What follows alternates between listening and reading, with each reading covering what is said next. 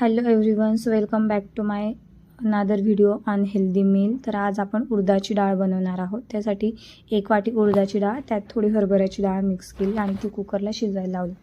नंतर कांदा, लसूण, टोमॅटो, मिरची हे सगळं बारीक करून घेतलं आणि फोडणी द्यायला घेतली. फोडणी देताना जिरे, लसूण, कढीपत्ता, मिरची आद्यांना परतवून घेतलं आणि त्यानंतर त्यात थोडे शेंगदाणे टाकले. शेंगदाणे थोडे शिजल्यानंतर त्यात कांदा लालसर होईपर्यंत परतवून घेतला. त्यात थोडं हिंग टाकलं आणि ते सगळं झाल्यानंतर त्यात घरातले जे बेसिक्स मसाले होते ते सगळे टाकले आणि त्यांना छान परतवून घेतलं आणि त्यात टोमॅटो टाकला.